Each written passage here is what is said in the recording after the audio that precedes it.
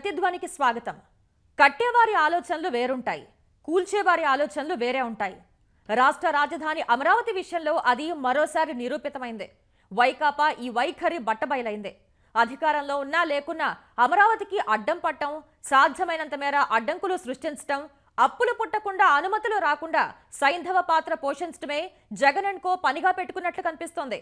వైకాపా నాయకత్వం ప్రపంచ బ్యాంకుకు ఇటీవలే పంపిన తప్పుడు ఫిర్యాదులే అందుకు నిదర్శనం. ఆ కంప్లైంట్స్ లో పసలేదని ప్రపంచ బ్యాంక్ నిర్ధారించుకోబట్టి ఆపద తప్పిపోయింది. అమరావతికి మొదటి విడతగా 4,285 కోట్ల రుణం మంజూరైంది. లేకుంటే ఏమయ్యేది? అసలు ఈ ఫిర్యాదుల వెనక వాళ్ళ ఉద్దేశం ఏంటి? అమరావతి మీద మళ్లీ అవే కుట్రలు ఎందుకని జరుగుతున్నాయి? ఇదే అంశంపై నేటి ప్రతిధ్వని. ఇక చర్చలో పాల్గొంటున్న వారు సి కుటుంబరావు గారు, రాష్ట్ర ప్రణాళికా సంఘం మాజీ ఉపాధ్యక్షులు, ఏ సురేష్ గారు, సీనియర్ జర్నలిస్ట్, విధ్వంసం పుస్తక రచయిత. కుటుంబరావు గారు, అమరావతిపై వైకాపా కుట్రలు మరోసారి బట్టబయలయ్యాయి. వారి ఫిర్యాదుల నిర్వాహకం మరోసారి బయటకు వచ్చింది. అమరావతి మీద వైకాపా పదే ఎందుకని ఇలా కుటిల యత్నాలు చేస్తున్నట్లు ఇక్కడ మనం గుర్తుంచుకోవాల్సింది ఒకటండి. ఎందుకంటే ఇందాక మీరు ఓపెనింగ్ రిమార్క్స్లో అన్నట్టు అనమాట, విధ్వంసం చేసే వాళ్ళకి ఒక కారణం అవసరం లేదు. వాళ్ళకి ఏంటంటే గ్రోత్ అనేది అనమాట వాళ్ళ మా ఎజెండాలో ఉండదు, వాళ్ళ డిక్షనరీలో ఉండదు. డెవలప్మెంట్ అనేది మీకు సీక్వెన్స్ ఆఫ్ ఈవెంట్స్ కూడా చెప్తాను. ఎందుకంటే నేను ఇదివరకు ప్రణాళికా సంఘంలో ఉన్నా కాబట్టి మొత్తం ఇదివరకు వీళ్ళు పన్నిన కుట్ర, ఇప్పుడు ఎట్లా కుట్ర పన్నారు అనే దానికి బ్యాక్గ్రౌండ్ చెప్తాను. మే 2017లో first inspection panel world bank అప్పుడు కంప్లైంట్ ఇచ్చారు. ఆ తర్వాత 3 సార్లు ఇన్స్పెక్షన్ అయిన తర్వాత వరల్డ్ బ్యాంక్ రిపోర్ట్ కూడా ఇచ్చింది. అప్పుడు వాళ్ళ వలన డిలే అయ్యి లిటరల్లీ అనమాట లోను ఆఖరి నిమిషం వరకు కూడా ఆగటం మనందరికీ తెలిసిన విషయమే. మార్చి 29, 2019లో వరల్డ్ బ్యాంక్ ఫైనల్గా రిపోర్ట్ ఇచ్చింది. యాక్చువల్గా వరల్డ్ బ్యాంక్ ఆ రిపోర్ట్లో ప్రైజ్ చేసింది. ఎందుకంటే ల్యాండ్లెస్ అంటే భూమి లేకుండా ఉన్నారు 21,374 మందిని కూడా ఎఫెక్టెడ్ పీపుల్ కాబట్టి వాళ్ళని ప్రాజెక్ట్లో ఇంక్లూడ్ చేయాలి, వాళ్ళకి కూడా స్టైపెండ్ లాగా ఇవ్వటానికి ప్రభుత్వం రెడీ అయ్యి ఇంక్లూడ్ చేసింది అని చెప్పేసి. అండ్ పూలింగ్ ఎక్సర్సైజ్లో ఏ రైతులు కూడా సఫర్ కాలేదు అని చెప్పేసి. అండ్ ఇది ఒక మోడల్ కూడా ఫర్ ఫ్యూచర్ ఇనిషియేటివ్స్ అని ఆ రిపోర్ట్లోదే నేను క్లియర్గా చెప్తున్నాను. అందులో రాసింది ఇది మాట. ఇంత డీటెయిల్డ్గా అవైలబుల్ డాక్యుమెంటేషన్ తోటి, ఇన్ఫర్మేషన్ తోటి ప్యానెల్ అప్పుడు ఇచ్చిన తర్వాత ముందు ప్రొసీడ్ అవ్వకుండా ప్రభుత్వం మారింది కదా, మాకు అసలు అక్కర్లేదు లోను, ఈ ప్రాజెక్టు డ్రాప్ చేస్తున్నామని చెప్పేసి అని పెట్టేశారు. 5 సంవత్సరాల తర్వాత తిరిగి ఇప్పుడు తెలుగుదేశం ప్రభుత్వం ఫాస్ట్ ట్రాక్ మోడ్లో కేంద్ర సహకారంతో ప్రాజెక్ట్ని ముందుకు తీసుకెళ్తా, అమరావతి కన్స్ట్రక్షన్ని ఒక ఫుల్ స్పీడ్లో ముందుకి తీసుకెళ్తూ ఉంటే, లోన్స్ అన్నీ క్లియర్ అవుతూ ఉంటే వీళ్ళు తిరిగి మళ్ళా ఉత్తరాలు రాయటం మొదలుపెట్టారు. ఫస్ట్ ఎప్పుడు రాశారు? డిసెంబర్ 19 వరల్డ్ బ్యాంక్ మీటింగ్ ఉందని తెలుసు, ఇన్స్పెక్షన్ ప్యానెల్ మీటింగ్ ఉందని. అందుకని చెప్పి డిసెంబర్ 17 నాడు రాశారు. అసలు ఇంత పచ్చి అబద్ధాలు ఎట్లా రాస్తారు అనేది కూడా ఎనీ లిటరేట్ పర్సన్ కానీ ఎనీ ఇంటలెక్చువల్ కానీ కూడా అనుకోరు. హైకోర్టు ఆర్డర్ ఉందంట. ఏంటి? ల్యాండ్ పూలింగ్ని తప్పు పెడతా హైకోర్టు ఆర్డర్ ఉందని. ఎక్కడి నుంచి వచ్చిందో వీళ్ళకి హైకోర్టు ఆర్డర్ నాకు తెలియదు. తిరిగి అదే రైతు కూలీల గురించి, అదే ఎజిటేషన్స్, ఇంతమంది మహిళలు ఎజిటేషన్ చేశారు అదని. అక్కడ వాళ్ళు చెప్పని విషయం ఏంటంటే రాజధాని కావాలని రైతులు ఎజిటేషన్ చేశారు, రాజధాని కావాలని చెప్పేసని ఆడవారు అందరూ కూడా అనమాట ప్రొటెస్ట్ చేస్తే క్రిమినల్ కేసులు కూడా ఫైల్ చేసి ప్రభుత్వం హరాస్ చేసిందనే మాట మెన్షన్ చేయకుండా కేసులు ఉన్నాయి. ఇన్ని కేసులు పెండింగ్ ఉండగా, ఇన్ని కంప్లైంట్స్ ఉండగా, ఇంకా కోర్టులో ఉండగా ఎందుకు మీరు క్లియర్ చేస్తున్నారు, క్లియర్ చేయకూడదు అని చెప్పేసి 2019 రిపోర్ట్ని మిస్ఇంటర్ప్రిట్ చేస్తా కూడా తిరిగి డిసెంబర్ 15 నాడు రాశారు. లక్కీగా అన్నీ చూసింది వరల్డ్ బ్యాంక్ అనమాట. డిసెంబర్ 19 నాడు లోన్ క్లియర్ చేస్తా యాక్సెప్ట్ చేసి ఒక ఫ్యాక్ట్ షీట్ అంటూ కూడా ఆ నెక్స్ట్ 2 డేస్లోనే రిలీజ్ చేశారు కూడా, డిసెంబర్ 23. సురేష్ గారు, ప్రపంచ బ్యాంక్ సహా పలు ఆర్థిక సంస్థలకు అమరావతి మీద వైకాపా ఫిర్యాదుల వెనక లక్ష్యం చాలా స్పష్టంగా కనిపిస్తోంది. ఎలాగైనా అప్పులు పుట్టకుండా చేయాలి అనేది. ఎందుకని వారికి అంత కసి? దానికి పురుడు పోసినప్పుడే జగన్మోహన్ రెడ్డి దాన్ని వ్యతిరేకించడం, దాని మీద కక్ష పెంచుకోవటం, దాని మీద వాళ్ళ కసి మొదలైందండి. ఇది 5 ఏళ్లలో ఆనాటి చంద్రబాబు పాలనలో నగర నిర్మాణం ఎంతవరకు వచ్చిందనేది పక్కన పెడితే 2019లో జగన్మోహన్ రెడ్డి ప్రభుత్వం అధికారంలోకి వచ్చిన తర్వాత దాన్ని కొనసాగించిన, దాన్ని లాజికల్గా ముందుకు తీసుకువెళ్ళిన క్రెడిట్ ఎవరికి వస్తుందంటే చంద్రబాబు నాయుడుకే వస్తుంది. ఎందుకంటే ఆ కాన్సెప్ట్కి ప్రాణం పోసిన మనిషిగా ఆయనకే ఖ్యాతి దక్కుతుందన్న కారణంగా జగన్మోహన్ రెడ్డి ఆయన దాని పట్ల ఒక ప్యాథలాజికల్ హ్యాట్రెడ్ అనమాట జగన్మోహన్ రెడ్డి గారికి. ఆ ప్యాథలాజికల్ హ్యాట్రెడ్ ఎంత దూరం వెళ్ళిందంటే దాన్ని ఆయన తనకి తెలియకుండా తను వ్యక్తిగతంగా ద్వేషించడం మొదలుపెట్టారు. వారు చేసే ప్రతి పనిలో వైసీపీ నాయకత్వం, వైసీపీ పార్టీ యావత్తు కూడా అమరావతికి సంబంధించి వీసావి అమరావతి వాళ్ళు చేసే ప్రతి పని, వారు మాట్లాడే ప్రతి మాట, వారు వేసే ప్రతి అడుగులో ఆ ద్వేషం, ఆ విద్వేషం, ఆ కసి మీకు కొట్టొచ్చినట్టు కనపడుతుంది. చూడండి, ఒక 5 ఏళ్లని నాశనం చేసేశారు. ఆంధ్రప్రదేశ్ భవిష్యత్తులో ఒక 5 ఏళ్లకి స్థానం లేకుండా చేశారు. ఒక రాజధానిని ఒక 5 ఏళ్ల పాటు కన్సీవ్ అయిన ఒక రాజధానిని మరో 5 ఏళ్ల పాటు మధ్యలో సస్పెండ్ చేశారు పూర్తిగా, సంపూర్ణంగా. ఇప్పుడు మళ్ళీ ఆ ముందు ఉన్న ప్రభుత్వం మళ్ళీ వచ్చి అమరావతికి మళ్ళీ ప్రాణం పోస్తానంటే మళ్ళీ అడ్డుకుంటానికి ప్రయత్నిస్తున్నారు. దీన్ని ఏమనాలి మనం? విద్వేషం అనాలా, కసి అనాలా, పెథలాజికల్ హ్యాట్రెడ్ అనాలా, ఏమనాలి దీన్ని మనం? ఏ రకమైన ఎక్స్ప్లెనేషన్ దీన్ని సమర్థిస్తుంది, దీన్ని మనకి వివరిస్తుంది? ఇది ఒకటే కాదండి, ఈ తరహా ఉన్నదే కాకుండా వాళ్ళ అధికారంలోకి వచ్చిన తర్వాత, వైసీపీ నాయకత్వం అధికారంలోకి వచ్చిన తర్వాత 2019లో వాళ్ళు సంపదని పోగేసుకోవటం కోసం గాను, వాళ్ళ అక్రమార్జన కోసం గాను వాళ్ళకి ఈ అమరావతి బదులుగా 3 రాజధానుల ప్రతిపాదన అనేది ఒక రూజ్ అనమాట. ఒక కవర్ కింద, ఒక ఛత్రం, ఒక ఆచ్ఛాదన కింద పనికొచ్చింది.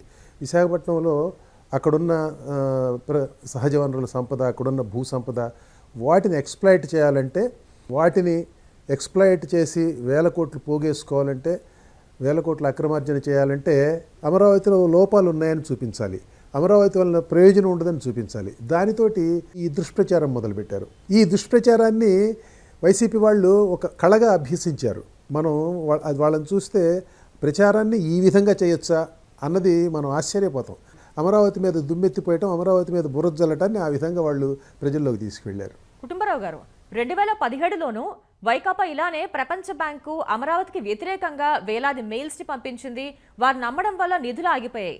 ఆ ప్రభావం రాజధాని మీద ఎలా పడింది? 5 సంవత్సరాలు అనమాట నష్టపోయాం అనమాట. రాష్ట్రం నష్టపోయింది. క్లియర్ కట్గా అప్పుడు మెయిల్స్ పంపించి క్లియర్గా 2017 నుంచి ఎప్పుడైతే ఫాస్ట్ ట్రాక్ మోడ్లో అవుతుంది రాజధాని అనుకునే టైంలోనమాట ఇన్స్పెక్షన్ ప్యానెల్స్ అనమాట కంటిన్యూస్గా ఒకదాని తర్వాత ఒకటి. ఎందుకంటే వరల్డ్ బ్యాంక్ ప్రాజెక్ట్స్ మనం చూసాం. ఇదివరకు మన దగ్గర నర్మదా ప్రాజెక్ట్ అవనివ్వండి, భారతదేశంలో ఇటు ముంద్రా కోల్ ప్రాజెక్ట్ అవనివ్వండి, టాటాస్ది, ఇట్లా ఇవన్నీ కూడా అనమాట ఎట్లా డిలే అయినాయి, ఎన్ని సంవత్సరాల తరబడి లేట్ అయినాయి ఈ వరల్డ్ బ్యాంక్ ఇన్స్పెక్షన్స్ తోటి వీటితోటి అనేది. కాబట్టి ఇదొక స్ట్రాటజీ కింద, ఇదొక క్రిమినల్ ఆర్ట్ కింద కాస్త నేర్చుకున్నాయి కొన్ని ఏజెన్సీలు అనమాట. నేర్చుకుని అదేవిధంగా డిలే చేయటం ప్రాజెక్టులు అనమాట. ఆ సునకానందం ఏంటో ఎవరికీ తెలియదు. అదేవిధంగా 2017 మే నుంచి మొదలుపెట్టి దాదాపు 2 ఇయర్స్ ఫుల్ ఇయర్స్ అనమాట కంటిన్యూస్గా ఏ డెవలప్మెంట్ అవ్వకుండా, లోన్ రాకుండా కూడా సక్సెస్ఫుల్ అయ్యారు వాళ్ళు ఒక విధంగా అని చెప్పేసి అనుకోవచ్చు. ఆ టైం అప్పుడు రాష్ట్ర ప్రభుత్వం వేరే స్టెప్స్ తీసుకుని ఇటు అమరావతి బాండ్స్ ఇష్యూ చేసి, ఇన్ఫ్యాక్ట్ 10 నిమిషాల లోపల బాంబే స్టాక్ ఎక్స్చేంజ్లో నిధులు రావటం కూడా చూసాం అప్పుడు మనం. అంత హైట్ అండ్ ఇంట్రెస్ట్ ఉండింది అమరావతి పైన. దాంతో అమరావతిని ముందుకు తీసుకెళ్ళటానికి ప్రభుత్వం కూడా చూసింది అప్పుడు. అదే కనుక వరల్డ్ బ్యాంక్ నిధులు 17లోనో వచ్చుంటే కనుక 2017లో అమరావతి బై అండ్ లార్జ్ ఒక షేప్కి 2019 జూన్కే వచ్చేసేది.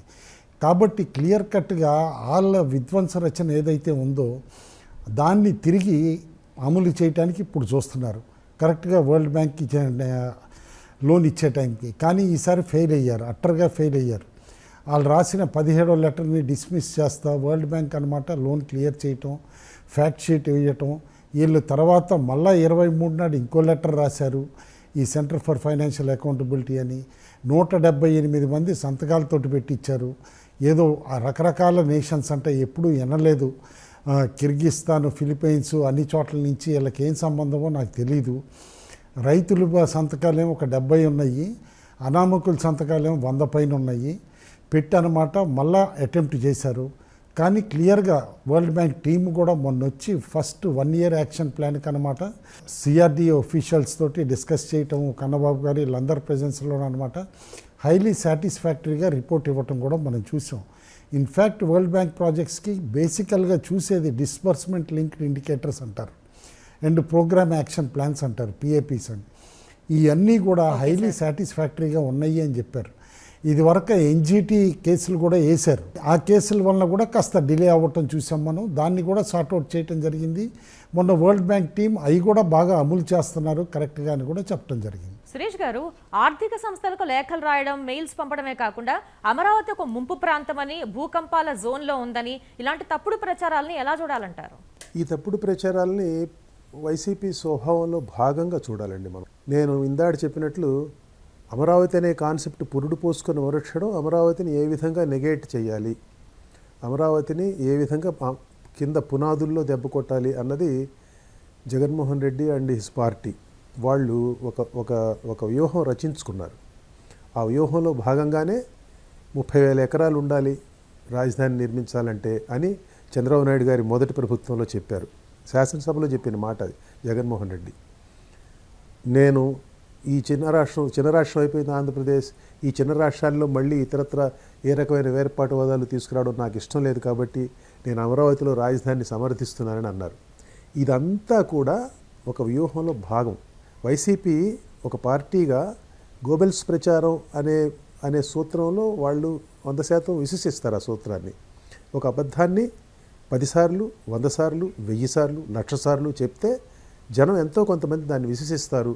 మన మాట నెగ్గుద్ది, మన వ్యూహాలు పారతాయి అనే వ్యూహంలో వాళ్ళకి పూర్తి నమ్మకం ఉంది. ఆ ప్రకారంగానే వాళ్ళు డే 1 నుంచి అమరావతిని ఏ విధంగా how to cut it at the base, పునాదులు ఏ విధంగా కొట్టాలి అన్న వ్యూహాన్ని రూపొందించుకున్నారు వాళ్ళు. దాంట్లో భాగమేనండి ఇవన్నీ కూడా. వాళ్ళు జిఎన్ రావు కమిటీ ఒకదాన్ని వేసిన చెట్టుక్కున ఆ కమిటీ రిపోర్ట్ రాకమునిపే జగన్మోహన్ రెడ్డి గారు తాను ముఖ్యమంత్రిగా అసెంబ్లీలో 3 రాజధానుల ప్రతిపాదన తీసుకొచ్చిన, ఆ తర్వాత బోస్టల్ కన్సల్టెన్సీ గ్రూప్ అని చెప్పి ఒక రిపోర్ట్ తెప్పించుకున్న 7 రోజుల్లో వాళ్ళు ఇచ్చారు రిపోర్టు.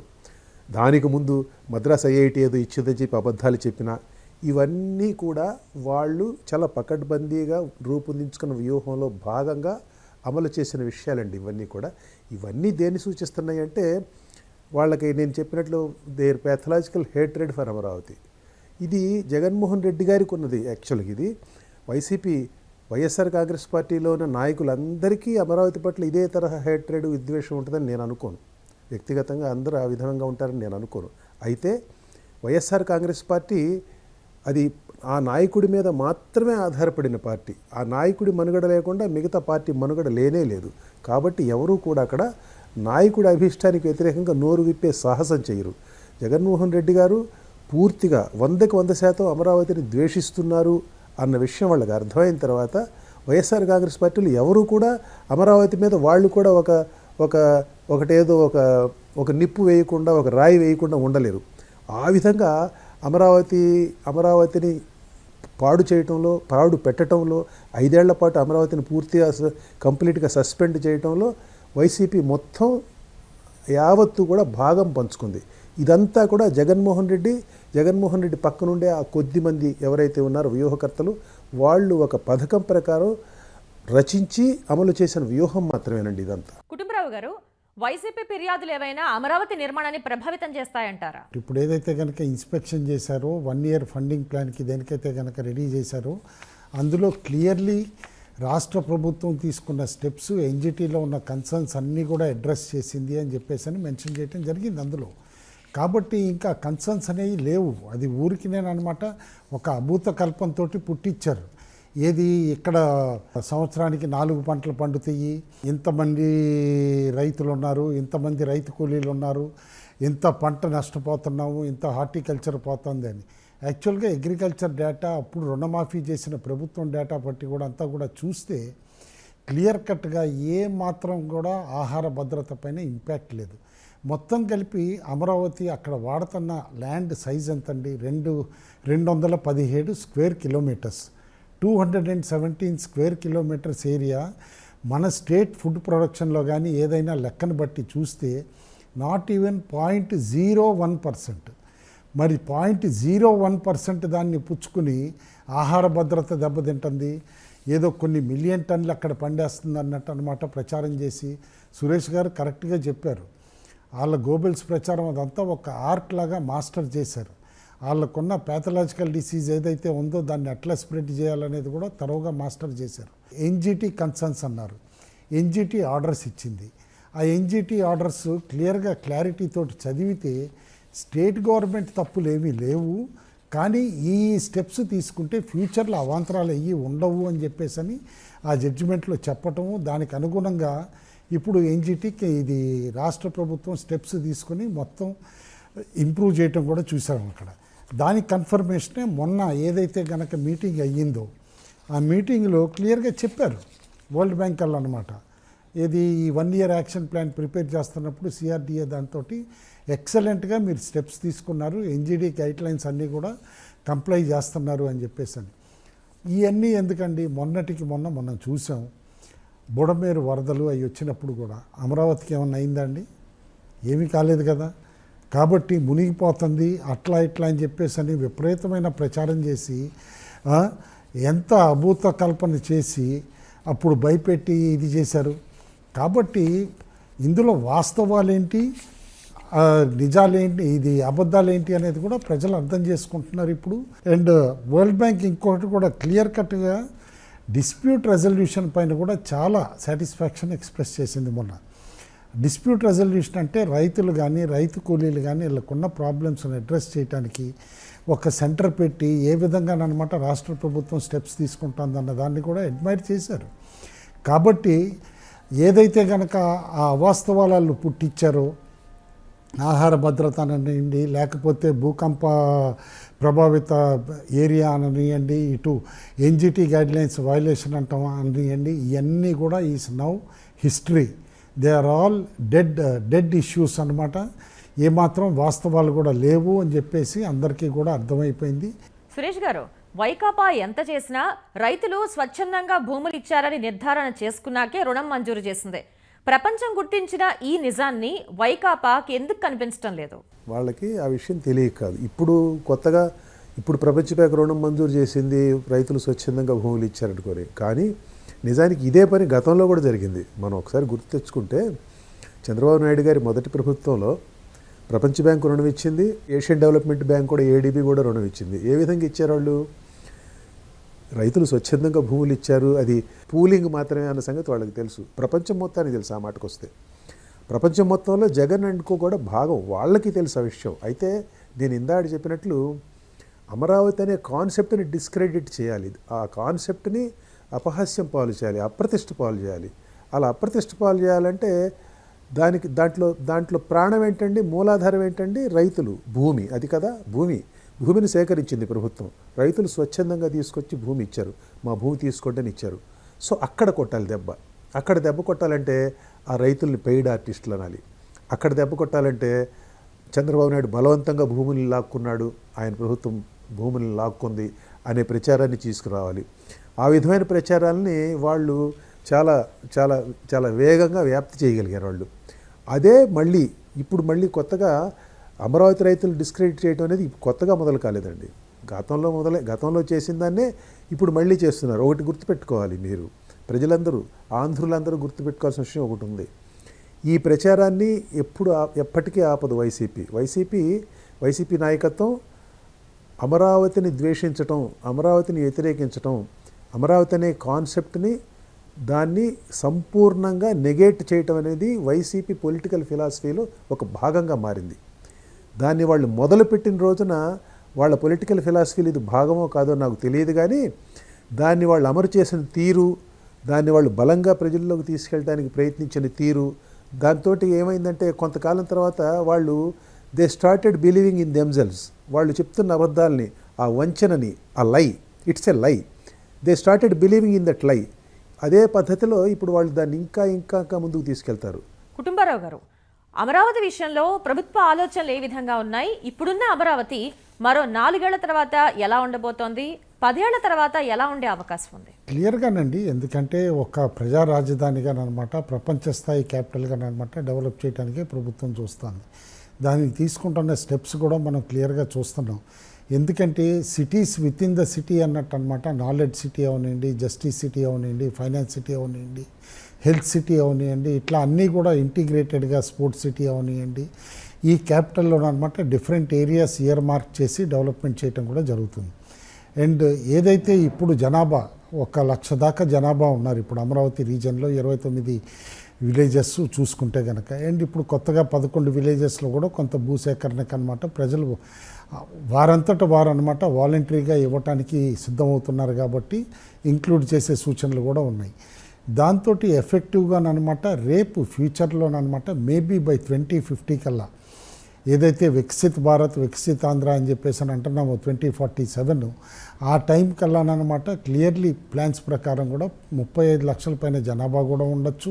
అప్పటికన్నమాట సిటీ కూడా డెవలప్ అయ్యి ఎంప్లాయబుల్ సిటీగా ఒక ఎంప్లాయ్మెంట్కి జనరేట్ చేసే సిటీ కింద కూడా డెవలప్ అవుతుంది.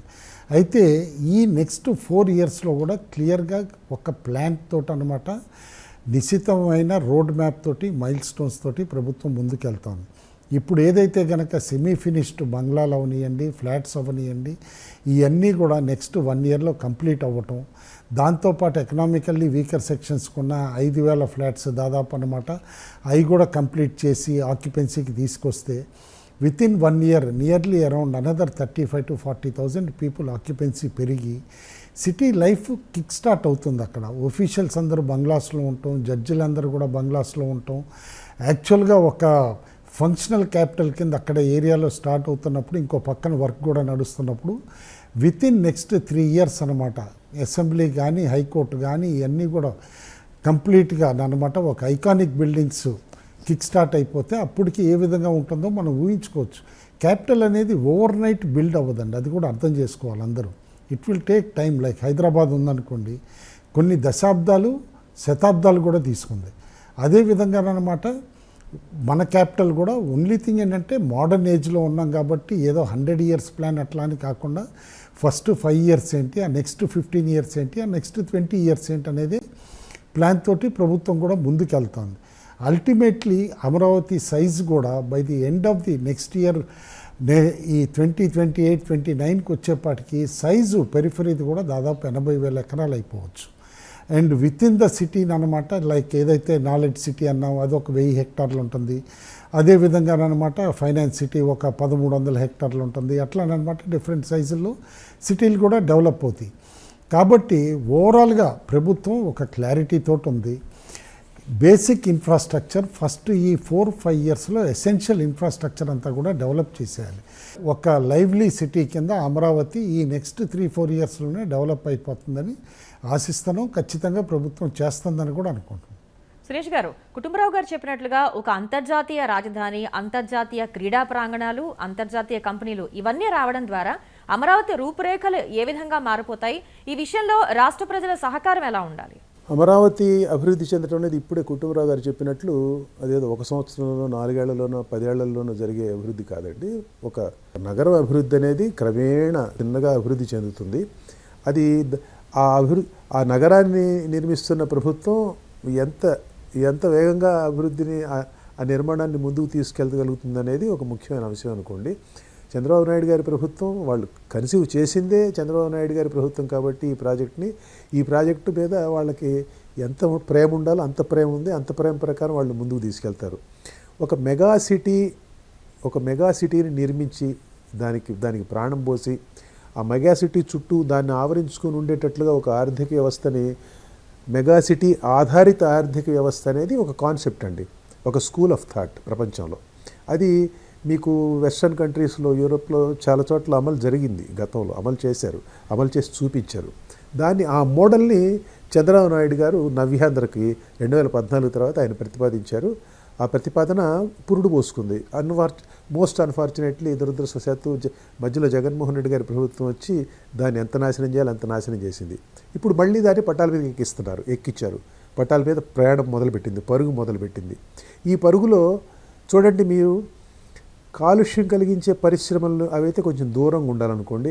అవి మినహా ఈ మెగా సిటీలో లేనిదంటూ ఏమి ఉండదు. అన్నీ రావచ్చు ఇక్కడికి. టెక్ ఇండస్ట్రీకి ఇది కేంద్రంగా మారుతుంది, విద్యారంగానికి ఇది కేంద్రంగా మారుతుంది. ఇవాళ రేపు ప్రపంచం మొత్తం మీద సేవా రంగాల మీద, సర్వీస్ సెక్టర్ మీద ఆధారపడి ఉంది. ఆ సర్వీస్ సెక్టార్కి సంబంధించిన ప్రతి అంశం ఈ మెగా సిటీలో ఇక్కడ చోటు కల్పించవచ్చు.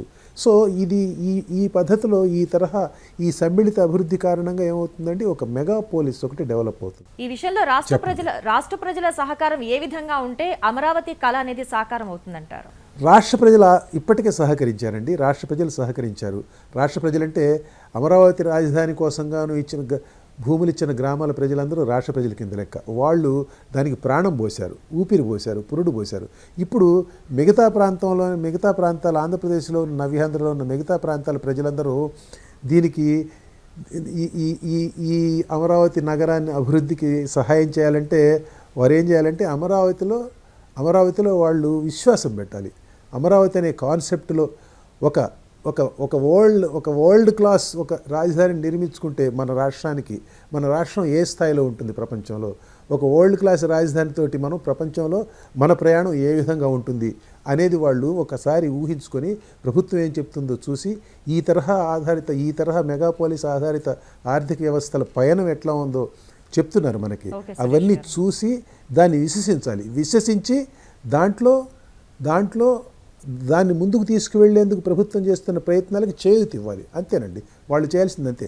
ఆ మేరకు చేస్తే మిగతా పని ప్రభుత్వం చేస్తుంది. ఓకే సార్, ధన్యవాదాలు సార్ సురేష్ గారు. ధన్యవాదాలు కుటుంబరావు గారు చర్చలో పాల్గొన్నందుకు. ఇది నేటి ప్రతిధ్వని.